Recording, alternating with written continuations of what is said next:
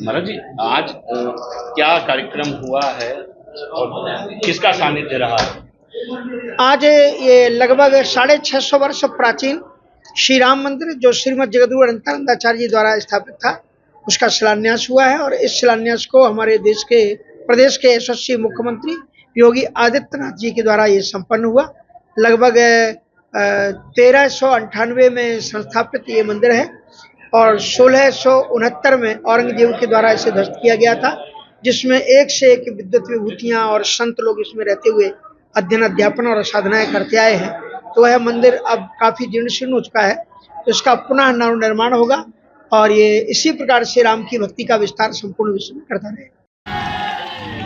वैसे मैं आपको बधाई देता हूँ, रामनवमी के अवसर पर हम सब का संकल्प होना चाहिए भगवान राम का प्राचीन राम मंदिर एक भव्य और दिव्य रूप में एक बार फिर से जगमगा करके अपने प्राचीन गौरव को आगे बढ़ता है, क्योंकि इन परंपराओं ने भारत की विरासत को बहुत कुछ दिया है। जगद्गुरु रामानंदाचार्य सनातन धर्म से जुड़े हुए हर जाति से जुड़े हुए शिष्य बनाते हैं। जाति पाति कोई चीज नहीं, कोई एक पवित्र परंपरा कौन नहीं उस परंपरा में विकसित हुआ और उस परंपरा के साथ यहाँ पर आप सबको जुड़ने का अवसर प्राप्त होता है। उस पवित्र परंपरा का संरक्षण करना, उसका समर्थन करना, हर स्तर पर उसे सहयोग प्रदान करना, यह हमारा नैतिक दायित्व भी बनता है और युग धर्म के अनुरूप हमारा कर्तव्य भी बनता है। हम इस अभियान के साथ जुड़े। और दूसरा जो सतवा बाबा की परंपरा है, जगद्गुरु विष्णु स्वामी संप्रदायाचार्य, और मुझे वहां भी जाने का अवसर प्राप्त हुआ। आज उनका अभिषेक का कार्यक्रम यहाँ पर, उनका इस सार्वजनिक कार्यक्रम में मैं अभिनंदन करता हूँ। आप सभी काशीवासियों की ओर से उनका भी हृदय से अभिनंदन करता हूँ और सकल हिंदू समाज के लिए हमेशा आवाज बुलंद करने वाले हमारे राष्ट्रीय संत समिति के, अखिल भारतीय संत समिति के राष्ट्रीय महामंत्री स्वामी जितेंद्रानंद सरस्वती जी महाराज यहाँ पर हैं। उनका भी मैं अभिनंदन करता हूँ। इतनी बड़ी संख्या में पूज्य संतजन आए हैं। मैं पहले दिन से कहता था महाकुंभ लोगों ने कहा क्या होगा, मैंने कहा भाई पूज्य संतों का कार्यक्रम है, पूज्य संतों को नेतृत्व दीजिए, पूज्य संतगण नेतृत्व करेंगे। कार्यक्रम में देव और पितरों का आशीर्वाद अपने आप प्राप्त हो जाएगा और महाकुंभ एक सफलता। बहनों भाइयों, इन सभी पूज्य संतों का मैं हृदय से अभिनंदन करता हूँ। आप सभी एक सत्संग को सूचना पर यहाँ पर आए, इतनी बड़ी संख्या। इस समय वासंती नवरात्रि चल रही है, जगत जननी मां भगवती का अनुष्ठान का कार्यक्रम चल रहे हैं। ईसाइयों के साथ जुड़ रहे हैं और अगले 3 दिन के अंदर श्री रामनवमी भी आएगी। वासंती नवरात्रि की सिद्धि प्रदान करने वाली तिथि भी है और मर्यादा पुरुषोत्तम भगवान श्री राम की पावन जयंती भी है। राम मंदिर से उन्होंने अपने जीवन की शुरुआत, सन्यास के जीवन की शुरुआत, और आज इस पूरे कार्यक्रम को नेतृत्व दे रहे हैं पावन परंपरा की 23वीं पीढ़ी के श्रीमद जगद्गुरु रामानंदाचार्य काशी पीठाधीश्वर स्वामी डॉक्टर राम कमलाचार्य वेदांती जी महाराज। आज उनके नेतृत्व में हम इस नए भव्य स्वरूप के साक्षी बनने जा रहे हैं।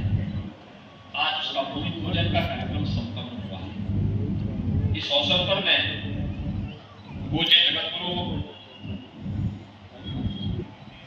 रामानंदाचार्य स्वामी डॉक्टर राम कमलाचार्य वेदांती जी महाराज का हृदय से अभिनंदन करता हूँ। उन्हें 62वें नवरात्रि की आज की इस पावन तिथि पर हृदय से बधाई भी देता हूँ, मंगल में शुभकामनाएं भी व्यक्त करता हूँ। मैं इस बात के लिए आश्वस्त करता हूँ कि हम सब आपके साथ में हैं।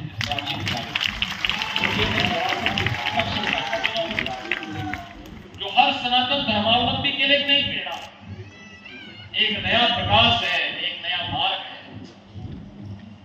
और इसीलिए आज हम सब भी आपके साथ यहाँ पर आए हैं। मैं इसके लिए महाकुंभ प्रयागराज में आप जगत गुरु के रूप में आपका अभिषेक संपन्न हुआ है, उस कार्यक्रम में मुझे भी जाने का सौभाग्य प्राप्त हुआ। और आज आप ही के इस वेद पर आप ही की साधना, आपकी गुरु परंपरा की 23 पीढ़ियों की साधना की खोज पर हमें एक बार फिर से दर्शन करने का सौभाग्य प्राप्त हुआ है। आपका अभिनंदन करते हुए मुझे अत्यंत आनंद की अनुभूति हो रही है। मैं इसके लिए आप सब आपका इन सभी भक्तों की ओर से, काशी वासियों की ओर से, इस पावन परंपरा की ओर से आपका हृदय से अभिनंदन करता हूं, स्वागत करता हूं। मैं इस अवसर पर पूज्य सतवा बाबा की परंपरा, श्रीमद जगतगुरु विष्णु स्वामी संप्रदायाचार्य स्वामी संतोषाचार्य जी महाराज, जिन्हें हम सामान्य रूप से सतवा बाबा कहते हैं।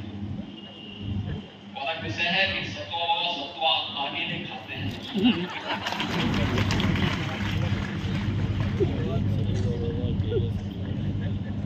उन्हें भी जगत गुरु के रूप में उनका अभिषेक का कार्यक्रम प्रयागराज महाकुंभ में संपन्न हुआ। काशी के किसी सार्वजनिक कार्यक्रम में आज उनका पहला पदार्पण हुआ है। मैं भी तक भाग रहे थे कहीं भंडारा न देना, और इसीलिए उन्होंने अपने आश्रम में कोई कार्यक्रम नहीं किया। कार्यक्रम भी किया तो प्रयागराज में भी जगतगुरु रामानंदाचार्य जी के साथ में उन्होंने इस कार्यक्रम को संपन्न करवा दिया। हाँ, वहां भंडारा था। में रह करके जगतगुरु अनंताचार्य जी और उनके शिष्य नरहरिदास जी महाराज और उनके शिष्य गोस्वामी तुलसीदास जी ने अपने 600 अवस्था के 5 वर्ष वेद और वेदांत के अध्ययन के लिए इसी स्थान पर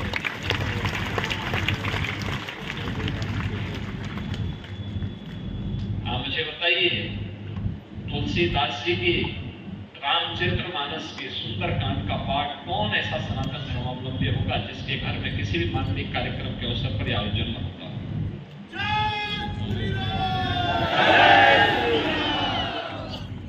उस बीज का रोपण यहां से होता है। केंद्र में तो प्राचीन सीता मंदिर है। यही मंदिर है जहां से अनेक ज्ञानियों ने, तपस्वियों ने, त्यागियों ने अपनी कर्म साधना की भूमि के रूप में से स्वीकार करके इसे आगे बढ़ाया। पूज्य बाबा कीनाराम जी, स्वामी विवेकानंद जी, माता आनंदमयी, नेताजी सुभाष चंद्र बोस, जगतगुरु भगवताचार्य जी, जगतगुरु शिव रामाचार्य जी, श्री राम जन्मभूमि न्यास के अध्यक्ष रहे पूज्य स्वामी महंत रामचंद्र दास परमहंस मंदिर बनाया।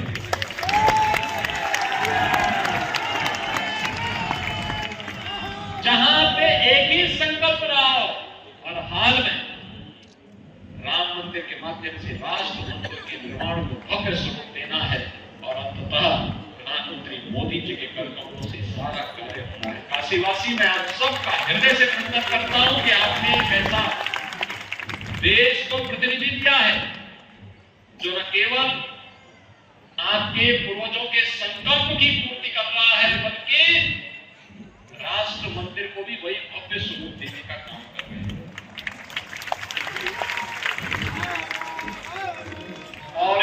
सत्य स्वरूप देने का ही परिणाम है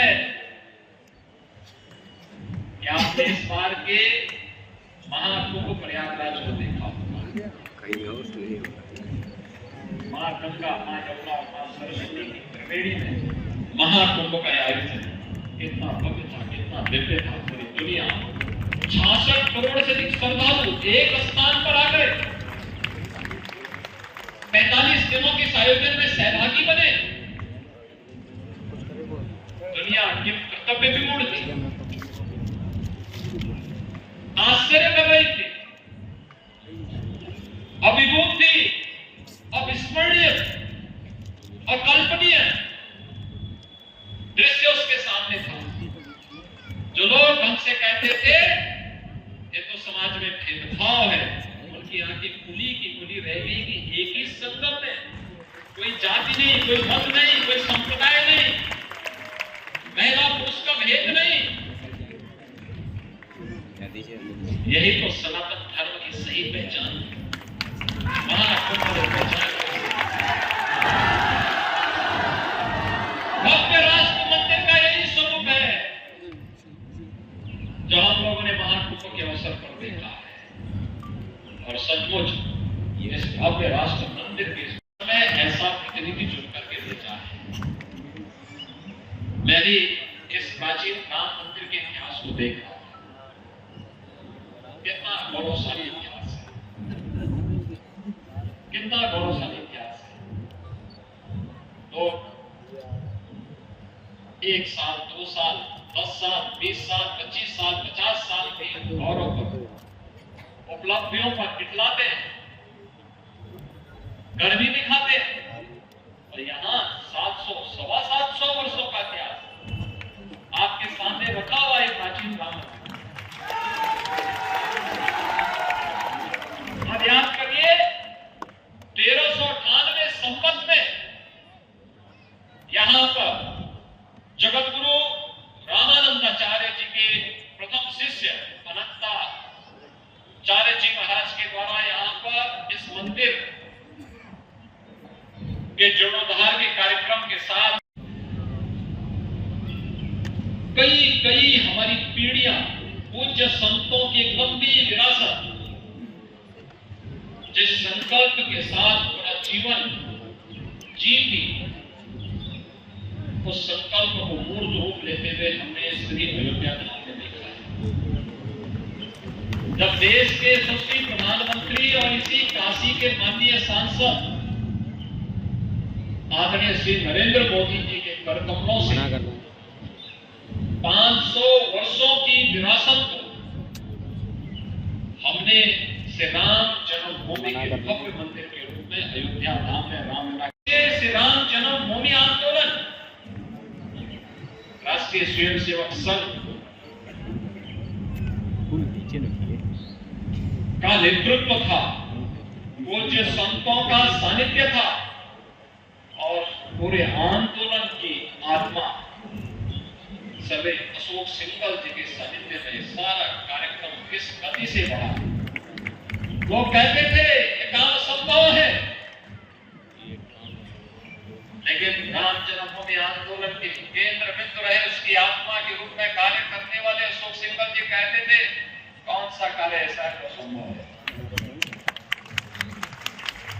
पूज्य संतों से जब बातचीत होती थी